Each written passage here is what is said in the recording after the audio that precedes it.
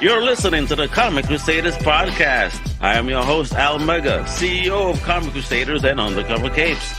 In this show, I'm sitting down with creators from all walks of life to talk about inspiration, process, the lessons they've learned, and a whole lot more.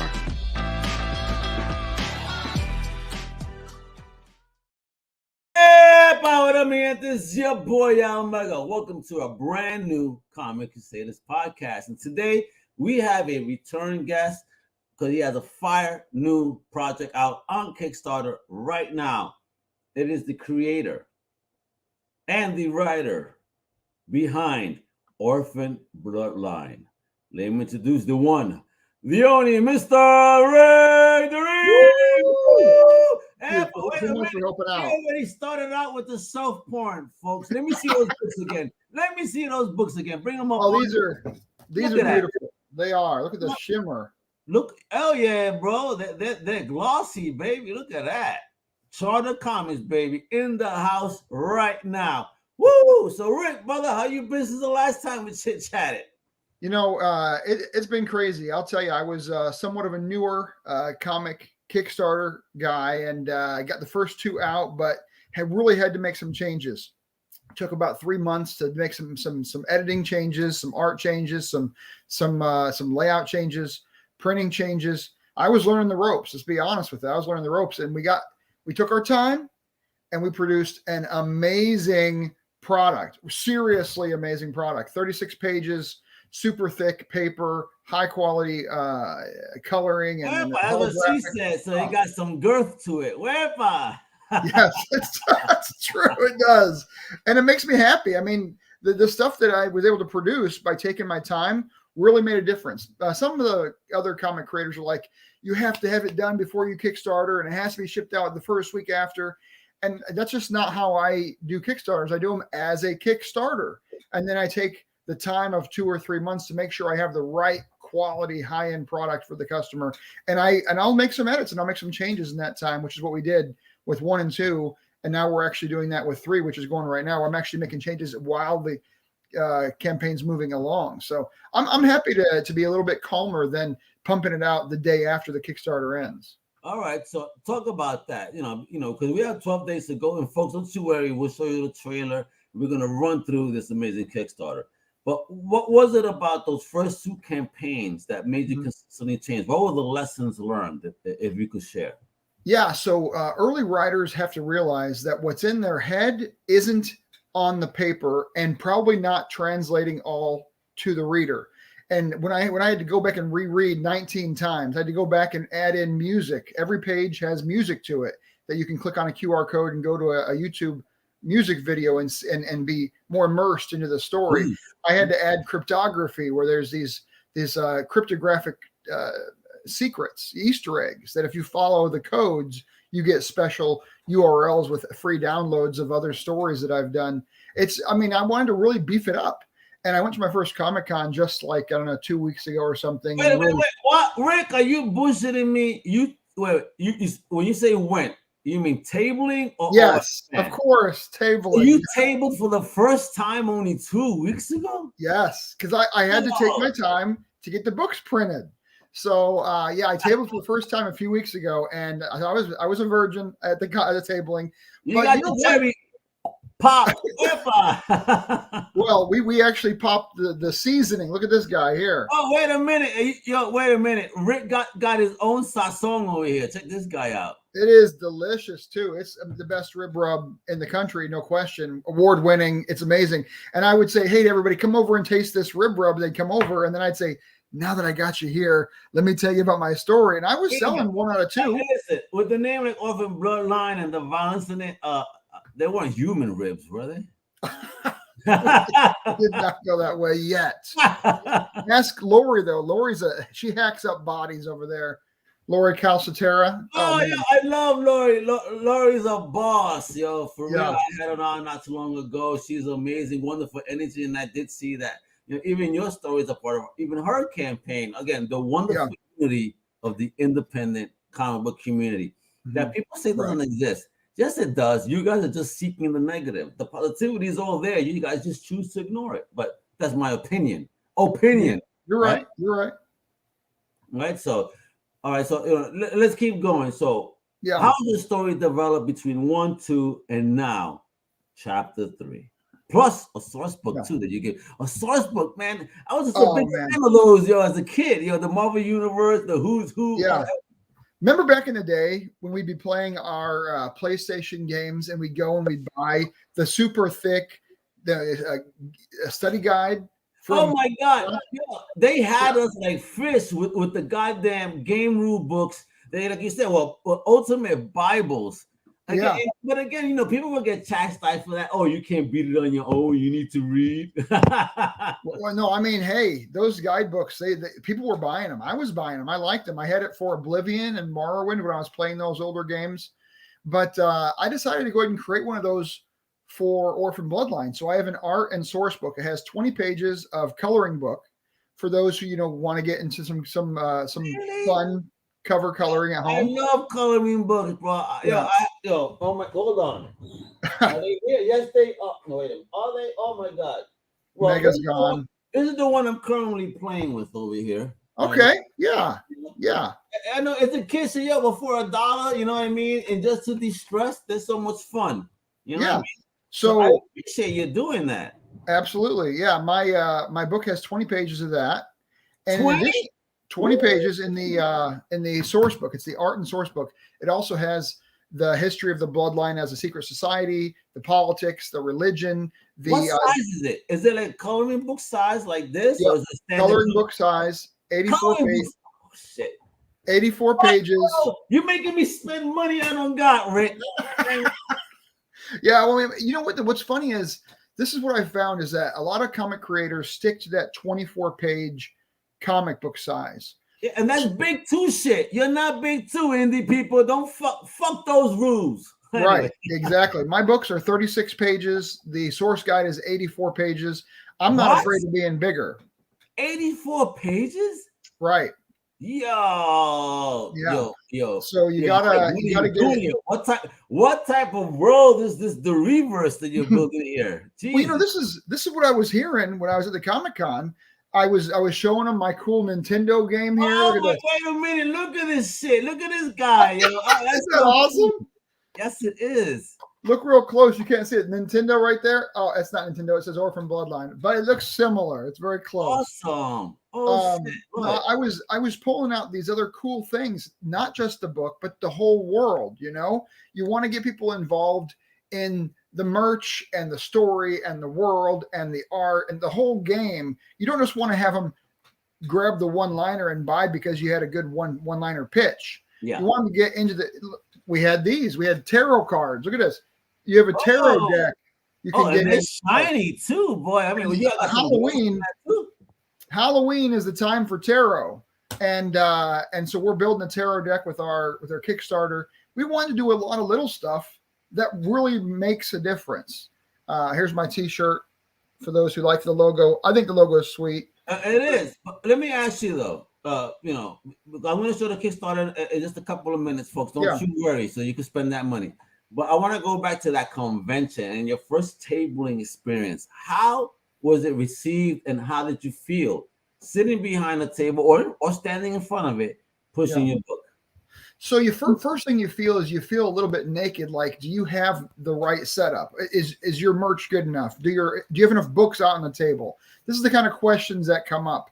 But the reality is it was great. Right next to me, my buddy Lori was at the table next to me, which was nice. You had independent support. I had support, definitely. And so Lori was there, and she gave me some pointers. But pretty much the people who came to the Comic-Con, they wanted to know about stories. They were there for books. They weren't there for the cosplay as much. They weren't there for the anime. They weren't there for the presenters. They weren't there for the celebrity. They were there for the comic, which was nice. Yeah, for you, they were there for Big Rick Duree. When they saw that he was there, they made lines around the corner of the building because Orphan Bloodlines is just that good, folks. But you'll see yourselves in a little bit. Yeah, I had a review just today. One of my friends, Lauren, she bought in the first 2 issues, and she read them just this weekend, and she put her review together and sent it over to me today. Okay. And I'm like, what the heck? She literally just sent over this review. I gotta look into it. I gotta see if it's good or bad. And she was glowing about the quality of the writing, the story, the darkness, the twists, the artwork, how it left her wanting more. I mean, and she wasn't BSing me at all. She was really giving me her real opinion. And that makes me feel good. As a creator, you want to feel like you're doing something people want. And to clarify, that was not a paid-for review.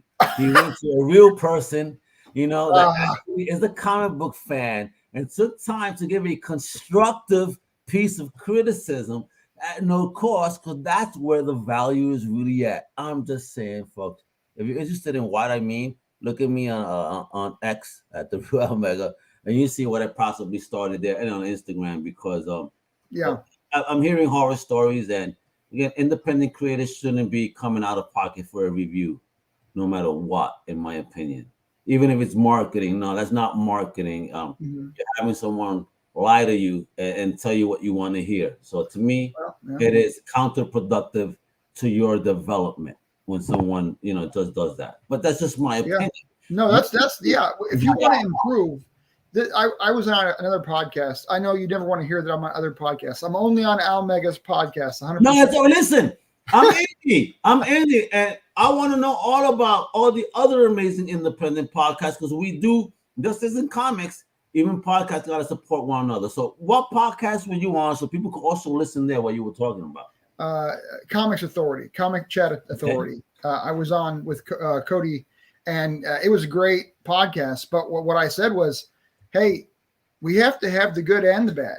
If somebody's going to review my book and tell me something that was not great, I need to hear that, because I need to be better. This is why I took 3 months after my fulfillment of the Kickstarter to actually fulfilling, is because I was making the book better and deeper and broader and larger. You were taking the criticisms received, right, and taking it as a challenge. I remember I had someone that did a Kickstarter, and my man Johnny the Machine U, shout out to my boy Johnny from the UK. And he reviewed a book. The creator came back. Thank you for your honesty. I'm going to prove you wrong on my next issue.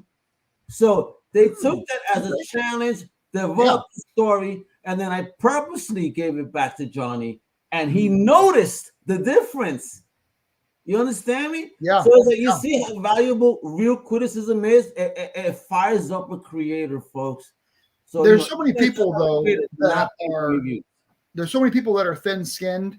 Just so the audience knows, that is not me in any way. If you want to get on and say whatever you want to say, we'll have a dialogue. I'm open. You just said it though. When you said that, whether they're good or bad, you need to know so you could improve. That already shows me the type of creator you are. You do care about what people think, and you're gonna take that into consideration. So, wait a minute, look at this guy. He keeps pulling up the swag, bro. What are you doing, yo? What? Duree. Some of my artwork here on buttons. You know what's really cool? I don't know if you can see it that close. Good. Put it a little closer. Look, you're fine. You keep, there we go. Oh, wow. What's going on there? Beautiful. It looks like some kind of like orgy setup. It's actually, I'm serious. It's weird. It's this Baquette table in my story. Baquette is the French word. I'm not pronouncing it right, whatever, but it means bathtub.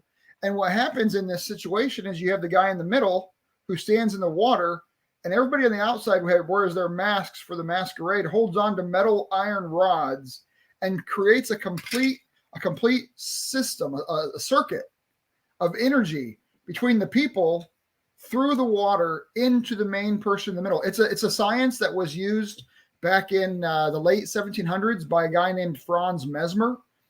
We get mesmerized from his name. Oh, and he's in my book too. We have these back dreamscapes, these back looks, because he was in the bloodline, and our characters today are in the bloodline, the lineage of this, and you can communicate over time and distance because you're all in the blood.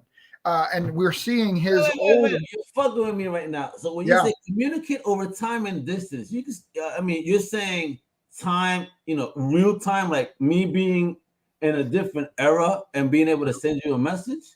That's what I'm saying. As long as you're in the blood, you can communicate through your lineage.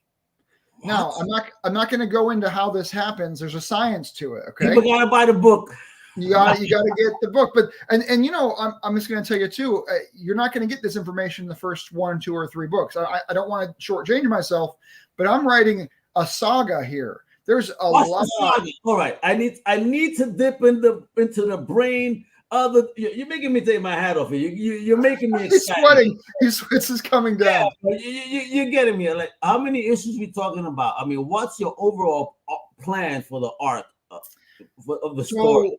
So this is how I broke it up, and I did it this way for bite size for some people, but for a bigger scene for other people. I'm a more bigger scene kind of a guy. I want the graphic novel volume 1, 2, and 3 all at once. I want to get in deep. So that's what I have written already.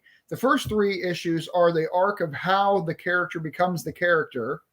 The next 3 issues are how he finishes up taking over whatever he's trying to take over and do. So the first 6 are kind of like his arc, but it's broken up into part 1, part 2. Okay. The next 5 is how the bad guy maybe isn't a bad guy. Like there's other things going on. There's secrets. There's twists. There's a lot of people who you think are just, you wrote them off in the beginning as just utter villains. They end up saving the day. There's lots of this kind of stuff in my book. Oh my God. Okay. I need this book in my life because this is how I feel about villains overall. I mean, some of them are really doing things for a righteous cause. Yeah. But the means may not be something that most people agree with, unfortunately. Right. And that's what makes them a villain. But most of the time, these villains are the dopest characters in the book. You know, I had one of my reviews that I got said to me, and this was a guy who I really trust. He's every week he's playing as a DM at some table of some kind of tabletop D20 system. He's a creator in his mind constantly. And he said to me when he read the books, he said, the villain is my absolute favorite character. He's the most developed. He's the most broad in his who he is. And I looked at it and I said to him, I'm like, I never really thought that. I know I wrote it, but it didn't occur to me in the way that this guy saw it. And that was an eye-opening situation. This is part of my growth, you know, because these characters are alive and they can change in this early stage of issue 1 and 2 and 3. I can modulate them with the audience's input. That's what I want people to keep giving me good feedback so we can build this together. I got to ask here, Rick. So with that said, that this character felt so developed, right, as a villain. I mean, what does that say about you as a writer? Are you a villain, my brother? or where were you reaching that one particular character seemed to connect with you so much? You know, to be honest, I've never been asked that question, but I'm going to try to give you my gut reaction to your question here. There was a guy this is a different reviewer. I mean, I am always asking people to read the books. I'm not just putting stuff out there. Okay, a different reviewer. I really respect this guy. He's an older guy, super religious, and he's reading through it. And he said, okay, I read, and I said, well, how was book number 2? And he says, I didn't read book number 2. And I said, okay, why not? He goes, I read number 1 and I stopped and I'll never read again. And I said, well, I did something wrong. I did something really bad here. I've driven away a possible fan here. What did I do that was wrong? He goes, it was way too dark for me. It was way too dark. I went home and my son, who helped me create some of the characters, I said, Mason, did we screw up? Like, did we do this too dark? And he goes, it's not dark enough. How old is your kid? Wait a minute. How old is your kid? He is 15 and a half. Yeah, a salute to little Duree over there, bro. Let me tell you, man.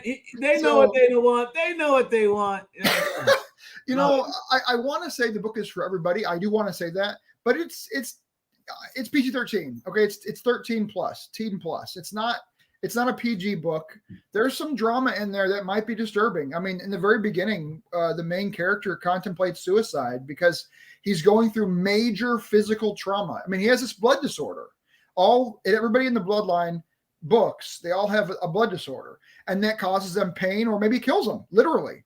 But he's going through dialysis. They're taking the metals out of his blood because he has hemochromatosis, which makes him hold on to that metal.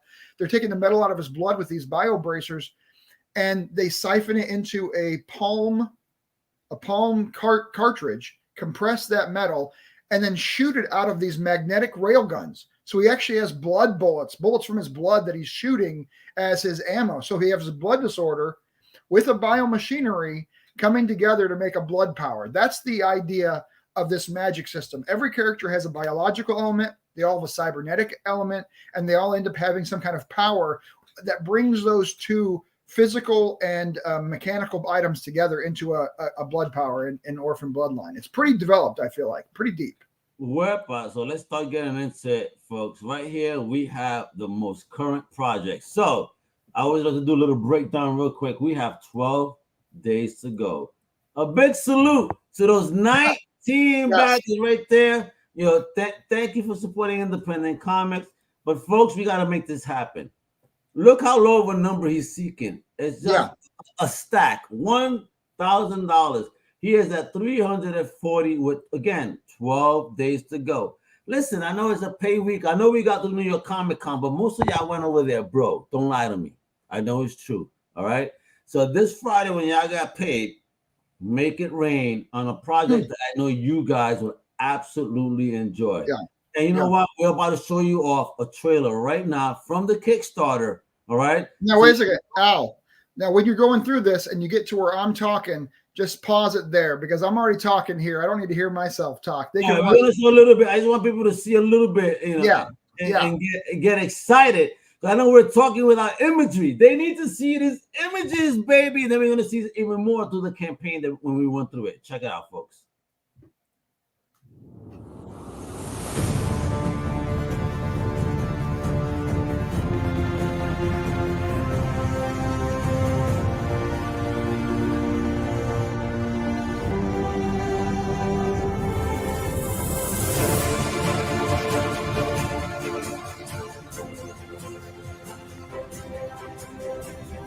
Look at that. That's already. All right.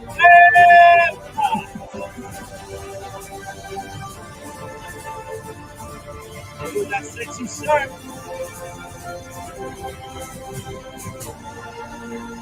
Woo!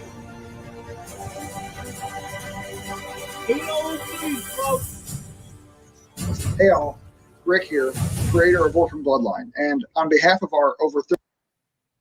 Thank you for pausing. I appreciate it. I'm already talking, so that's fine. That's what I'm saying. We're 49 seconds in. Now we're going to do a nice little rundown of the project over here. Again, folks, $1,000 goal, $340, 12 days to go. Let's make it happen for issue number 3. And listen, again, you guys can start as low as $1. All right? Oh, yeah. A cup of coffee, especially if you buy that crappy Starbucks one. Yes, I'll shout them out. I don't care because that is crap coffee. You come to Almega's house, I'll make you a nice cup of Bustelo, and it'll taste 10 million times better than Starbucks, right? I think the $1 is a good move. I mean, I don't have any problem. I do that a lot. I go and I give a $1 away. Your categories too. Yeah. When my cat's doing the mouse hunting. Can you hear the cat in the background? Yeah, that's what I'm saying. When you said about the $1, it agreed really quick, and the nigga's like, "Yeah, I gotta get the mouse. Let's go." Yeah, I mean, for me, I back Kickstarters about once a week, and if I don't really per se grip with that Kickstarter, I might throw them $1 or $2 just because I like supporting the art of the fundraising, the campaigning, the independent creation. I like supporting that. So if you guys want to throw $1, I'm cool with it. If you want to, be in the comic, we'll draw you in there. There's all different types of ways we can be part of this. Oh, listen, I mean, you know how you can start being a part of it for as simple as $5 to get a beautiful PDF Duree Eka cover right now. All right, folks. Then you got the outfit Luzon cover for $5. You got the A Napiget cover. I hope I said that right. My God, I'm bad at names. But most important, look at this: an art and source book PDF, 84 pages. Yo, again, let me repeat that: 84 pages for $6. I've seen DC sell 60 pages for $10. You feel me? Yeah. So here we got 84 at $6 a pop. I mean, that is effing amazing. And then we're going to start getting into the actual book right now. And what do you mean by an XL paperback? Is this that standard size? What are you telling me here? Yeah, all my issues are 36 pages. They're not the 24. So that's what I mean by XL. And I say paperback, that means printed comic. And the paper is twice as thick. Smell the ink. Oh yeah, it's at least twice as thick as the comics you'd buy paper-wise. The paper is twice as thick as the stuff you'd get with DC and Marvel. Oh, so we're talking some high quality paper now. Yeah, and holographic too, and the reflection there, you get that too. Oh wait, that's a standard cover to be holographic. Well, I mean, it's like a couple bucks, difference. Well, again, not much. We're gonna run through it, folks. There we go. Number 3, we have for the Lusan cover for $8. We got, and if you get the printed version, you get all these things. You get the stickers. Look at this guy. Look at the stuff he's showing off over here. You got stickers, bookmarks, all that good stuff, yo. What?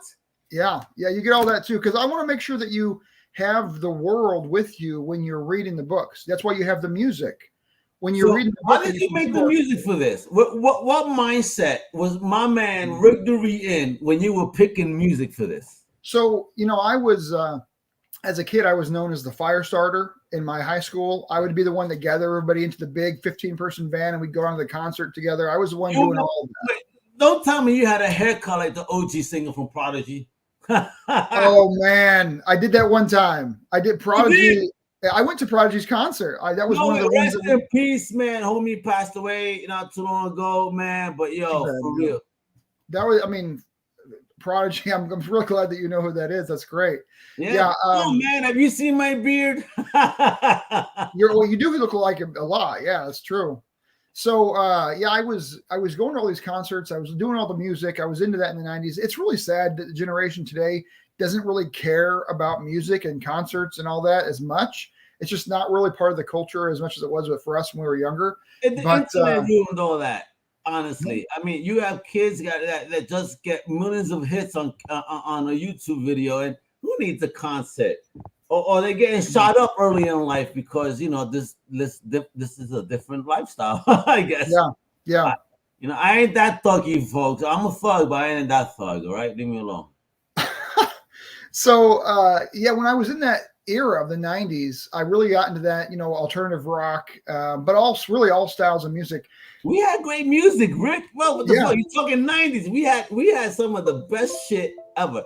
I know for hip hop. And then even late 90s, early 2000s, the rise of new metal and all this, I mean, come on. Right. And so I remembered all that, and I was big into it. My wife is huge into it as well. She and I really bond in that regard. And I was going through each page has an energy as I was writing it. Rick, I gotta ask though, is that how you met wifey? Was it through you being so cool with the music and the tune? What up?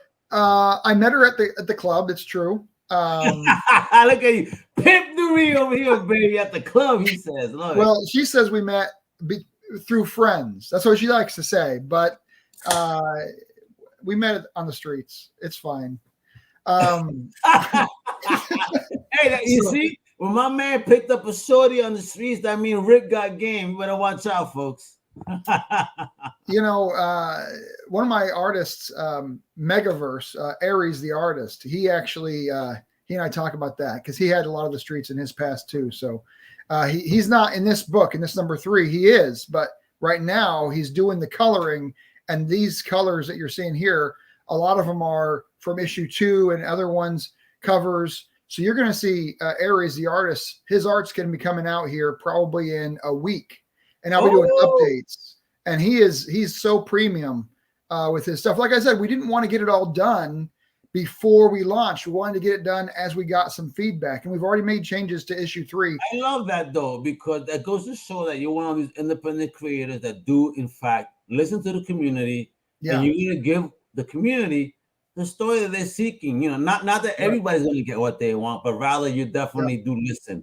And that's a wonderful thing, I think, as a creator, where, hey, I know that I want to make the best story for you guys. So if you provide some feedback, I could hopefully navigate it towards that sense, of I take it seriously. I do. So real fast, here's the main cover. Looks like Breaking Bad. But if you look at the Orphan Bloodline logo on top, those are the elements. every character, remember, they all have a blood disorder, but they also have biomachinery. They also have an attached element from the periodic table on their body somewhere, on their gear or tattoos or however. So you're getting more detail again about their superpowers based on the chemistry that's the number on their body. The middle guy there is Mesmer. That's the dreamscape. We're seeing him going back in time. He's communicating to those in the bloodline today about a major issue that's going on. I'm not going to give away the secrets. You find out about it here soon, so I won't give it away, but it's big. And then the third cover there is our girl Manga, and it's not manga. Her name is Manga because her name is actually manganese after the element.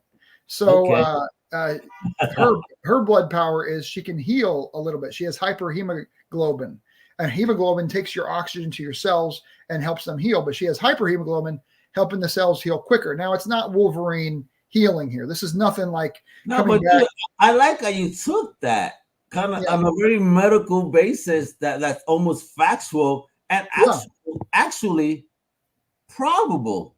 Oh yeah, it's for sure. A lot of people's systems are different. And I know that I've seen people think that I heal faster than most when I've been cut. Like, how the fuck your shit is closed up already? I don't know. And maybe you have hyperhemoglobin. Yeah, bro. Trademark, make that shit happen right now, bro. You might also have super macrophages. One of our characters has super macrophages. But anyways, the point is she can heal. So the mad scientist, who is right here again. Oh, wait a minute. I love when you show up that fucking cartridge. That shit is so, look at that. Yo, I want a Comic Crusader one like this. Yo, this shit is so sexy. It is. Thank you. So that mad scientist, though, she put the cybernetic eyeball right there in Manga's head. Okay. But she has hyperhemoglobin, so she's healing gradually. So her body's not dying from the cybernetics in her eye next to her brain. Mostly we would think that the cybernetics would overcharge the brain and then you'd be dead. But because she has natural healing, her body can withstand that charge. So they gave her that as a cybernetics. Okay, now I need to know here, is it a constant healing? Because it's like you have something that's not meant to be in the body constantly there. So it's a body constantly fighting and healing. Yes. Ooh, that's a crazy struggle. I mean, do you discuss that about that struggle she deals with that pain? Because I'm sure that's painful. So that comes in book number 10. In book number 10. So I mean, this is too much. I mean, I'm giving you all this. I love it. But I'm seeing where you're going. This is why, I'm actually starting to care about the characters because you're bringing me some wild, ideas here. And I'm thinking, folks, look, the link is right there. Orphan Bloodline 1 through 3 plus source book, Fire Project. You got to support this right now. Because I mean, look, folks, you could catch up on the PDFs for just $10. Oh yeah, $10 for 3 PDF 3. It's 100 pages. Oh, what? I mean, 100-page graphic novel goes easily for $24.99. Right. Look at this. You're talking about $10 for that many pages. Now, this is also important, okay? I'm going to say this from a creator's perspective. I have done some reviews myself, and I'm not easy on reviews. I give it how I really see it, and sometimes I feel bad about that because maybe I'm wrong, but I might be a little bit harsh on the review. Don't you ever feel that way? Because again, you have to be honest. Put your feeling out there, and that's how you feel. It doesn't mean that you're right. It's just, hey, this is how I felt about the book, and these are my ideas behind maybe how you could improve. That's all. It's not. I was given the review, and one of my review pieces was the panels weren't efficient. Like, you could have gotten rid of a whole page and a half in that 24-page book, and no one would have known. There were some inefficiencies there in the paneling and the layout. Something about my books, I'm efficient. I mean, you get 36 pages, it's packed. You're packed with information. You're packed with art. Every page has an average of 5 panels. I don't have very many of these 1-page panels. I mean, some comics are known for it, like McFarlane. A lot of his pages are just covers, and his whole comic book is just covers in a row. And I strongly respect McFarlane, but when it comes to storytelling, there's just not a lot in one of his comic books. Maybe the graphic novel, yes. This is why people of our age, talk about the heyday of comics, when you could pick up a comic book and it would take you at least 30 minutes to read it. Yeah. Because there was so much verbiage, and of course you want to appreciate the art. Nowadays, you pick up a book, you're done in less than 10 minutes. Yeah, and I don't like that. I wanted when I sent it out, when I first sent out the PDFs to the people on the Kickstarter, and I sent them the covers and all. I always throw everything in there, extra stuff. The kitchen sink. And they open up the PDF, and it's 40 pages in this PDF. And they messaged me and said, "What the heck did you send me? This is not the comic. It's 40 pages." And I said, "That's the comic. It's 36 pages and covers and stuff." And what are you complaining about? Yeah, stop complaining. Right. I went up to the comic shop and I looked at my Batman comics. I love Batman. Everybody loves Batman. But I was going through it and it was add, and then a page of fighting. And the fighting is like 4 pages long. And then there's ads and ads. And at the end, there was 20 pages of story. Yes. And it was mostly just fighting. And I'm like, this is not worth $5 and $7. I'm sorry, Batman. I'm sorry. But it's not worth $5 or $7. I mean, look, $3.99, $4.99 books, and you're getting a thin book with ads. I mean, for that price point, there even shouldn't be ads in this book at that point. Right? Honestly speaking, I mean, you guys enough money. Marvel's backed by Disney. DC's backed by WB. I mean, come on now. Yeah. So AT&T, whoever it is that backs them now, but the fact is that they have conglomerates that you don't need to put ads. Yeah. It's like Indie. This is why Indie charges the price point they do, because you're getting quality, you're getting no ads, you're getting a hell of a story. I mean, look at this. Those beautiful iridescent foil covers he's showing off. Yo, $11 is a collectible. When this shit becomes a show, don't say we ain't warned you. And it's signed. It'll be signed as well. And you sign it. Look at that. Yo, bro. For $11, you can't even get a deal like that at a convention. And you get the stickers and the bookmark. Wait a minute. Wait. I love teasing people. Show that again. What was that again? Yeah. You get the bookmark, which is double-sided. Great color. Oh, look at those panels. Love it. And you get the 2 stickers. Oh, there we go. And I have this one. I have this one on my phone, actually. I'll show you on my phone real fast. You can see it. I think it looks sweet. Oh, that's sexy, bro. Talk about that logo. What does that mean? Yeah. This is important. Everything in Orphan Bloodline has to do with history and the world that we're in. It's not just there for pretty art. So if you look at it close, the Orphan Bloodline logo, I'll show you right here.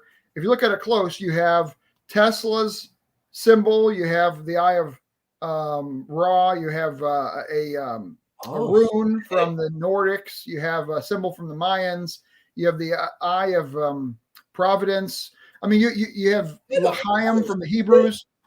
And the reason Orphan Bloodline is spelled with these symbols is because I want the symbols to show you that the Bloodline secret society was part of those cultures forming that history. And then the leader of those cultures was a member of the Bloodline. And that's how they got to be the head of that. Are you giving us the history of the Illuminati? That's exactly right. Now you're thinking it. Yeah. Yeah. It's all Illuminati. Yo, bro, I'm loving this, bro. You went balls deep into this stuff. I mean, why this type of story? What is it about it that made you want to put this pen to paper and get it done? So I wanted to have something that was deep, not just something fan love or, I want something that was deep. I wanted something that was relatable. I didn't want Fireball, Psychic Attack. I didn't want X-Men. X-Men's awesome. I love the powers of X and the House of X. But the recent graphic novel was amazing. But I just didn't want powers to come out of thin air. I wanted somebody's ass, right? Hey, I farted and you smell my toxic fart and it made you fly. Yeah, made you fly. Now you can fly, right? I didn't want that. I wanted something that was deeper. And in fact, if you watch the old 90s X-Men cartoons, the Juggernaut has that tablet that he reads, and he has a jewel, and he goes through a whole process to get his powers. That actually is one of the most advanced powers of any character in all of X-Men. He actually did something to get his abilities. I'm going to allow you, listen, if you want to use that, Fart Master, he farts, but when he farts and you take a whiff, it gives you powers for an hour. Power for an hour. That's a good line. You just made that up? Yeah, bro. So, Fart Master, you smell his fart, you get power for an hour. I think you should create that character. How would you draw that? There'd be like smoke around him from all this gaseous fumes. Oh, yeah, boy. I don't know, but green, nasty smoke coming out of his ass all the time. He's very gaseous. Who's the Charlie Brown character that has that? Oh, man, the dirty guy. Linus? Was it Linus? Yes, Linus. You got it. Yeah, there you go. There's your character. You already created him. You smell him and you get powers for an hour. I love it. The Power Hour, for real. There you go. The Power Hour. That's the title. Love it. Folks, if you take this idea and I see it anywhere, is trademarked the copyright through this podcast through me and Rick Duree. He is now a co-owner because he is with me. If we're going by Stanley rules. I like Power for an hour. That's kind of cool. You know what I mean? Yeah. Right. But bro, I mean, we got to go to this project. Go to Catch Up Collection, the XL paperbacks 1 through 3 for $20. Complete graphic novel of chapters 1 through 6. Oh man, for real? And that's estimated for next year. So you have to wait for this one. Well, yeah, because I'm going to get you the issues as they get done. And wait, so this is kind of like a pre-order? Yeah, pre-order. Yo, for $23? I think it's a smart move. In fact, I heard people buy it. You're the first. All right. Yeah, once again, I love it when I talk to my Kickstarter creators. You're the first person that I've ever spoken to that has done kind of a pre-order thing with this. I'm digging it. Well, the thing that's scary is people are worried that you won't finish the series. They're worried about that. That's a common thing people talk about. But support, because if you support 1 and 2, make sure you support 3. Tell your friends. Yeah, that's true. You can get all 6 issues. Again, for you to get 6 books for $23, shit is insane. Yeah, well, that's the PDFs, but yeah, it is great. And remember, they're 36 pages a piece, so that's 200. I don't care if it's PDFs. The amount of your pages. Yeah, 200 pages. Worth a bang for the buck. You feel me? Oh yeah. That's what I'm talking about. It's probably 210 pages, but the thing is the people. That's a $50 graphic novel, bro. The thing is the people who support this, they're people who don't necessarily go to Kickstarter all the time, and they want to buy it once and just have it keep coming to them in their email every few months. That's what they want. And you have to really, as a creator, you have to be sensitive to all types of buyers, not just the hardcore Kickstarter people. This is a beautiful subscription. 6 issues. I think this is one of the best ideas that I've heard yet for Kickstarters, honestly. Because this puts the drive in you to make sure you tell the best stories. Yes. Yeah. Going into the future. So make sure that you successfully provide these people this. So you're under pressure as a creator. Yeah. That's a good thing. You know what I mean? Think so. I agree. If the community wants it and you're investing in this, then they're going to have to keep investing in order to make sure and tell their friends so they make sure they get all their issues. And look at this. Look at these pages here. Art from chapters 1 through 3. Look at the art. Look at the panel work. Look at the coloring, the line work. I mean, look at these samples of just the source book. Holy colors! The colors are killer. I mean, here's the actual book. Look at the colors are the same. Wait a minute. Wait, let me pull you up. My mouse be going on. All right. This is issue 2 here, and you see here the colors are just vibrant. Look at this color here. It's just vibrant. Oh, beautiful. Yeah, bro. It's beautiful. It's Talk beautiful. about building this team for this particular book. Say again? Talk about building the team for this issue. Yeah, so Ivan Rezi, he's the artist, the line artist, and then we have the colorer, which was Dessa Warna, and I tagged them in my posts a lot. You'll see them if you go to my social media.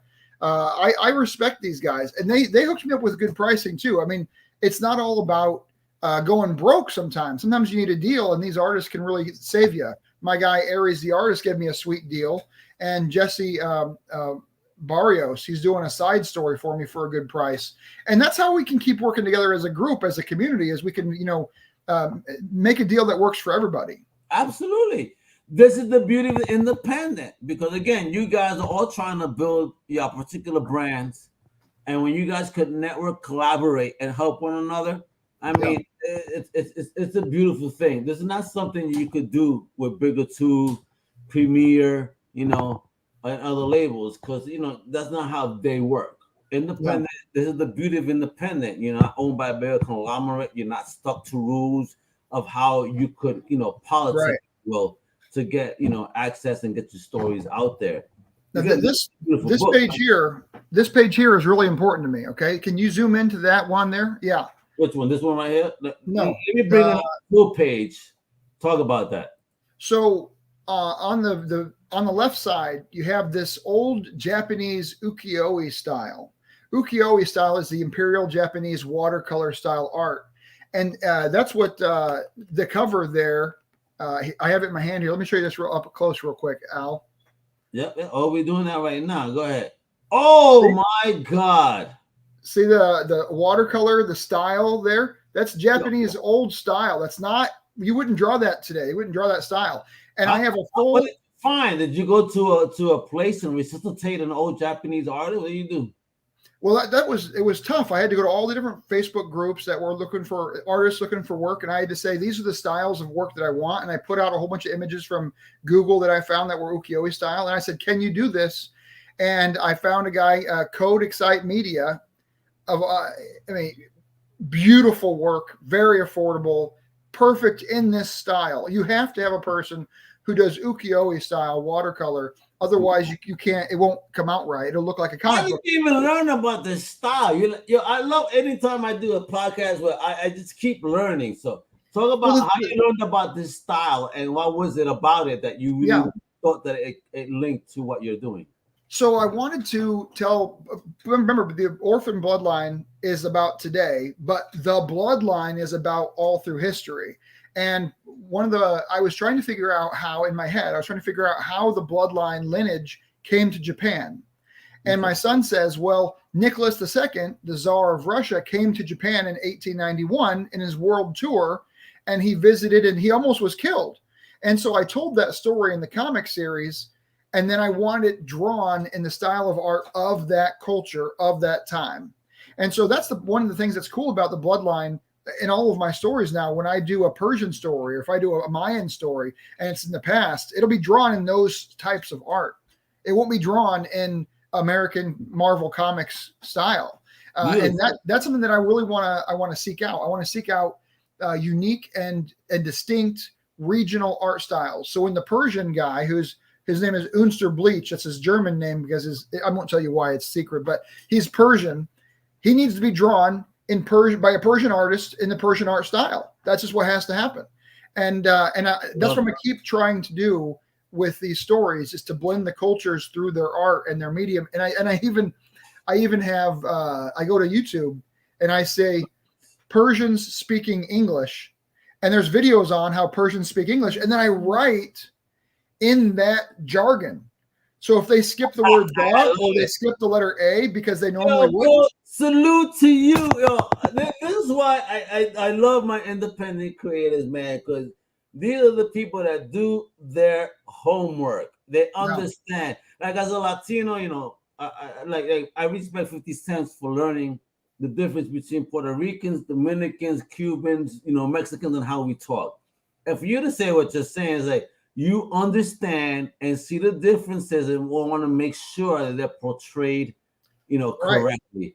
And that to me, bro, that's it, bro. You're a fucking fan for life here, Rick. I love how the fuck you think, bro.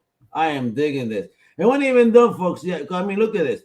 You could get an awesome the iridescent foils for $29. The collection over here, all beautiful covers for $29. And for you shops out there, to my beautiful local comic shops, especially those that support independent.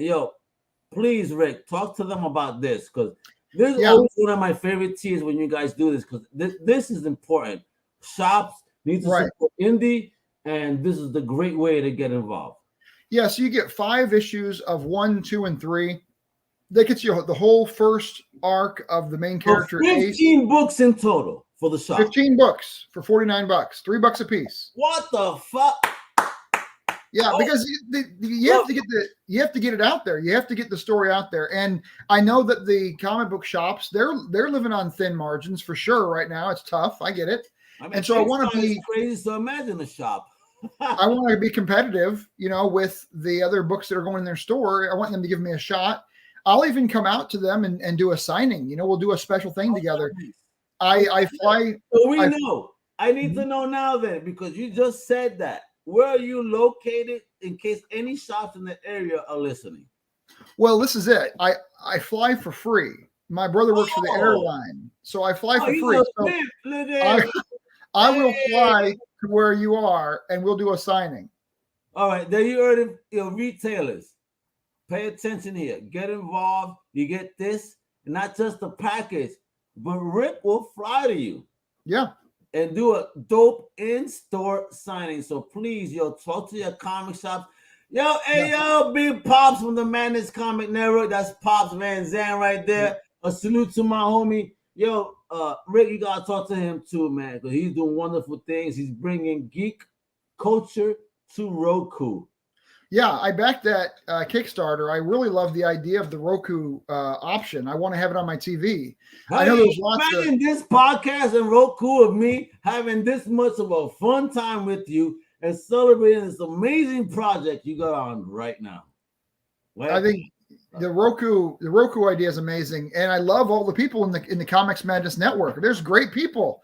Great interviewers. It's a small world. How many people Pops knows within that network, and how many I've already even spoken to and interviewed. It's amazing, and this is why I love this. I mean, we're all striving. We're all looking for that for that wonderful opportunity. You know what I mean? But by celebrating, wonderful creators like yourself. You know what I mean? Yeah. So again, LCSs, don't sleep. $49 for 15 books. You're making some bank on that. And now for the Uber fans, baby, you got the ultimate fan, everything, todo, mi hermanos, todo.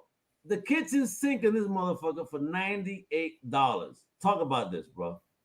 Yeah, let's bring the picture up. Can you scroll down in the mainstream? Yeah, scroll down there. Look at all these beautiful things, and it keeps growing. Let me just tease them. You see, the more you throw in money, folks. But there we go. That's we got a T-shirt and everything. Oh my God. Yeah, $98. You get. Let's start in the top left. You get the tarot deck. That's the major arcana, 22 cards. You get the keychain, which is right here. This is a holographic keychain. It reflects. Very cool. Hey, that way we can blind the cops from stopping us. You get all 3 signed holographic comics. You get the your choice of dice, red and white or gold and blue. These are D&D hollow metal, nice high quality dice sets. You get the dice set this weekend. You get the game. You get the buttons, the bookmarks, the stickers, the T-shirt, and a graded, your choice which one, a graded tarot card there in the case. I think it's a great deal, but you have to be a huge fan. I mean, if you're going to be reading number 1 through 6, you should get this because you're going to be wearing the clothes and being all talking it with your buddies. This story is a great story for if you're going to go and play tabletop games. Can you imagine creating a character then from the bloodline where they have a blood disorder, where they have a cybernetic adaptation, and they say, well, you can't play cybernetics in D&D. Well, you can if you portal them back in time to your game. So look, that's what we do. And not just that. I mean, you mentioned all this awesome stuff, but you forgot to mention there's also a writer's original script included in this as well. Because a lot of people want to learn how to do script writing. So being able to have access to something like this and see how you built your story is educational on top of it. So you're providing ultimate value here, bro, at least in my opinion. The writer's scripts, I think, would really help people. To be honest, I've talked to a lot of artists, and they're kind of tired with creators just throwing up the content at the artist and saying, draw this now. And so it helps if the writer can be a little bit more organized in their thoughts and in their paneling and their layout and their pages. So I do a pretty good job showing that in my rough scripts, where I show how the good layout, how you can copy what I've done. Rick, so isn't that a real thing? What the writer should have a responsibility in the direction of how the artist is going to navigate the story well. And of course, listen to the artist when they say, hey, maybe we did this. It's a collaborative effort. But being able to do that as a writer to help navigate your artist is ideal. So, thank you. Again, these are things that we got to bring up, in the basis of creationism over here.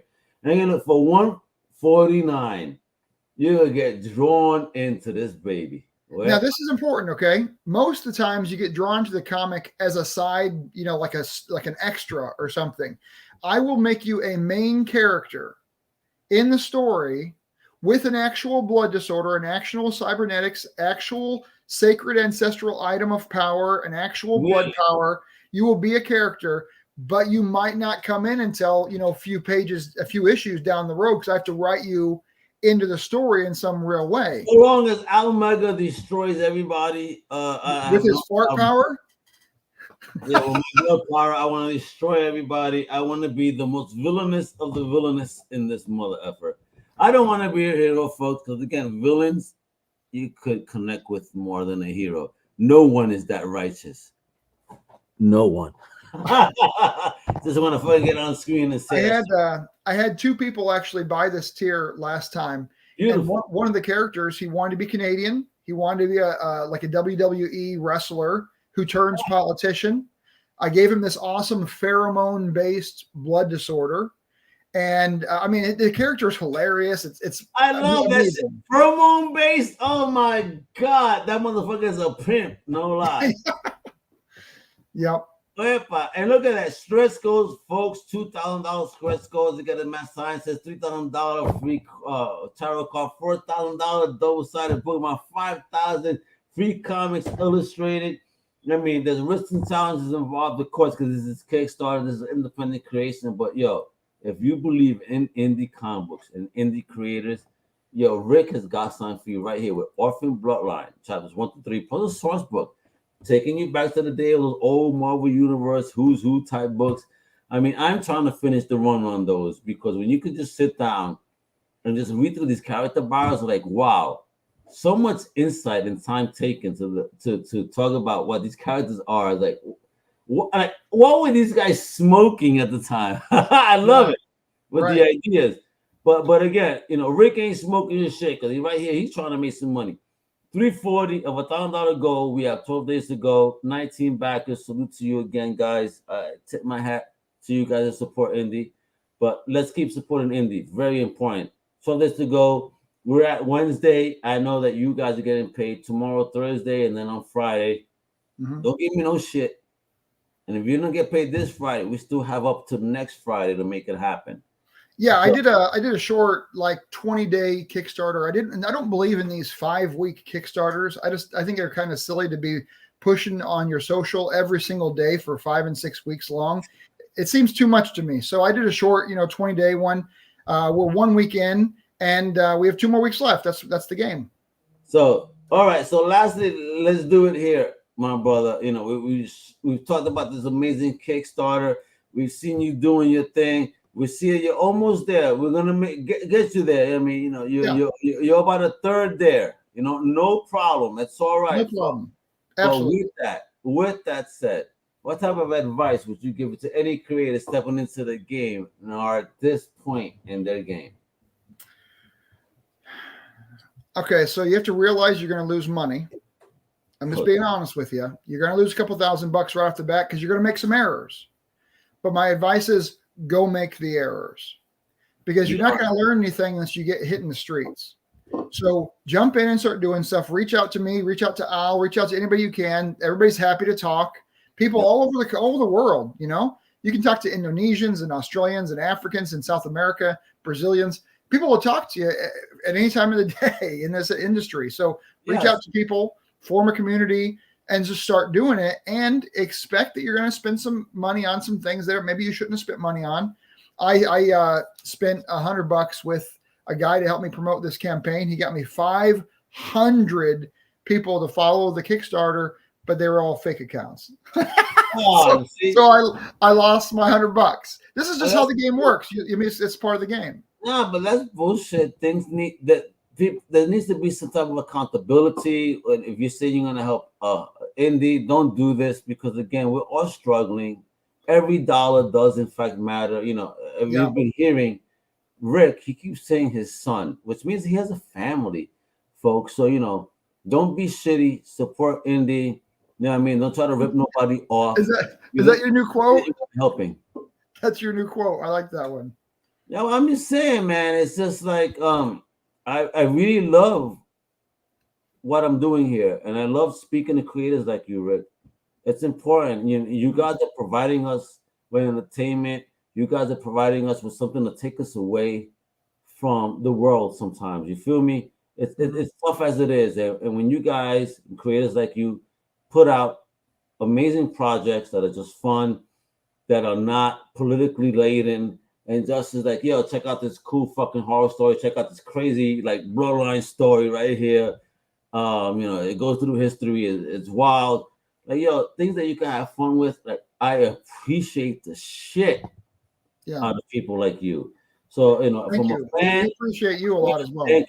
Thank you a million times over for not banging me over the head with political topics, but rather trying to give me a good time for my buck. Thank you. Yeah, we thank you as well. All of us creators always love coming on your podcast.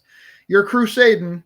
You're doing the work. Point, baby, is again because you have a wonderful project. So, folks, you know, I'm gonna show. Look, I've been showing it off below. It's right there. The link, Orphan Bloodline 1 through 3 plus the source book. It's in the notes where you could click it, make it easy. You go straight there and make it rain, baby, on independent comics.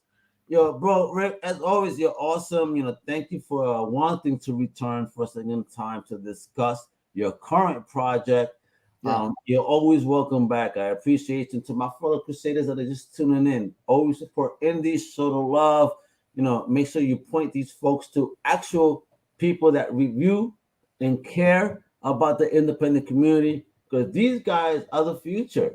They start out as indie, but guess what? They become premier big two folks later on. And you know, you want to be part of this ride to see their growth and be proud of how they've grown and say, yo, I was part of that journey. So, you know, to be a part of Rick's journey here today, you know, seeing how he takes time and cares about a project, makes changes accordingly to satisfy the fans. This is the type of creator we need in the world. So again, bro, hats off and a salute to you, my brother. Bless. Thank you as well. I'll send you one of the Nintendo cartridges. You'll be happy to get it. You got me. You know what? I gotta run real quick. Let me show you something that I got. I mean, my brother did this for me. He bought me this case. He bought me the case because for Christmas he hooked me up with this baby. There you go. I remember that. Yeah, bro. I had it for this system. I lost the system, but I just bought the game not too long ago, and my brother said, yo, I'll get you a custom case. Look how beautiful this thing is. Yeah. You need a custom case just like that for that, yo. That'll be so dope. Look at this. Well, if we get the game inside, right now it's just a shell, it's just a cartridge. But if we decide to make an 8-bit game, that'd be cool. Bro, I would love to see this game. I already can see the potential behind it. All the choices of characters and the power sets. I mean, yeah. All right. So let me ask you this before we go. Would it be a fighting game or an adventure game? It would probably be like Oblivion or Skyrim. It'd be like that. Yeah. Rick already thought about this. You see, if manifest your ideas, folks, it's gonna happen. So next is the Orphan Bloodlines video game, right? and D20 system. We'll have a D20 core rule book coming out. Well, make it happen, baby. I can't wait. So again, Rick, thank you again for your time. Thank you guys for watching and tuning in. Again, look at that. That's the website right there at orphanbloodline.com. You know, show the love. You know, please show the love to the Kickstarter Orphan Bloodline chapters 1 through 3 plus the source book. And of course, on Twitter, you can follow them at Orphan Bloodline. On X, not Twitter. X, all right? Wepa, with that, I'm Omega. The amazing Rick Duree. Thank you for hanging out. Hasta la próxima, mi gente. Much love. Thank you for listening to the Comic Crusaders podcast. If you like the content, please subscribe and turn on notifications. Also, please visit comiccrusaders.shop and our extended podcast family over at undercovercapes.com. And also, make sure to download the Comic Crusaders app on the Google Play Store today.